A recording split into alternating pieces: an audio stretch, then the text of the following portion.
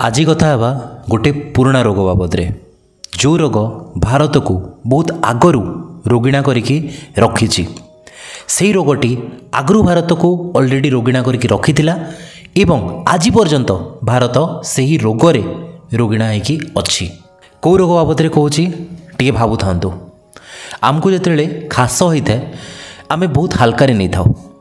हेमती गोटे दिन 2 दिन 5 दिन 10 दिन गड़ी जाइए तापरे काशरे टिके ब्लड आसी था से आम बहुत हल्का नहीं था।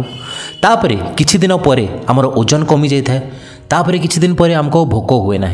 से टाइम रे आम जिते डाक्टर पाखक जाई थाउ सेतेबेले आम जानी थाउ एही रोग बाबद रे।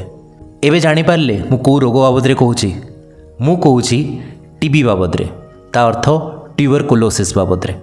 ये जो टीबी रोग होता है तार लक्षण जानिबा आम पई बहुत इंपोर्टेंट। फर्स्ट जिनस एथिरे बहुत दिन पर्यंत काशटा लगी रहिबो बिल्कुल भी जो कफ होउची ता छाड़िबो नाही। ता सहित आमर ओजन मध्य कमिबो एवं ता सहित आमको भोक बिल्कुल भी करिबो नाही। मोस्टली संध्या टाइम रे आम देहर जो टेम्परेचर अच्छी तापमात्रा अच्छी ताहा टिके बढ़िकी रहिबो। बेसी ज्वर आसीबो नाही किंतु स्टिल टिके मात्रा रे आम टेम्परेचरटा बढ़िकी रहिबो। जदि एमती सिम्पटम आपनको रहुची और मिनिमम 14 दिन पर्यंत रहुची तेबे निश्चय आपण आसिकी टीबी रो टेस्ट करिबा आवश्यक। आज मध्य टीबी रो जेतेडा केस आम टोटल वर्ल्ड रे अछि ताठू सबुठू अधिका आम भारत रे अछि।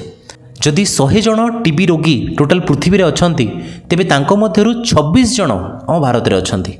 आ गोटे इंपोर्टेंट जिनस कहबी कि जो माने टीबी रोग को ट्रिटमेंट करचंती ता माने जो टीबी रोगर डॉक्टर अछंती से माने मध्य बहुत मात्रा रे टीबी रोग रे एफेक्टेड ही थांती।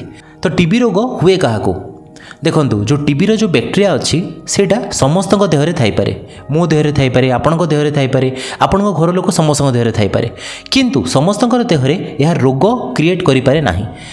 जो मानकर इम्यूनिटी कम थिबो तांको देहरे यह रोग सृष्टि करिथाय।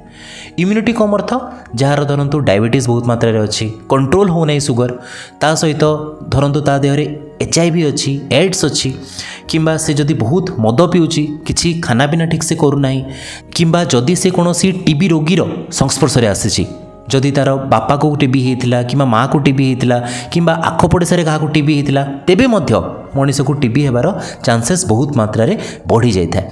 से जदि आपण को मध्य कफ होउची काश होउची 14 दिन रु अधिका होउची जदि आपणकर वेट लॉस होउची जदि आपणकर भोक हो नाही जदि आपणकर काशरे किछि रक्त टाइप रो पडुची तेबे विलंब न करी निश्चय डॉक्टर पाख को आसिकी टीबी रो टेस्ट करांतु।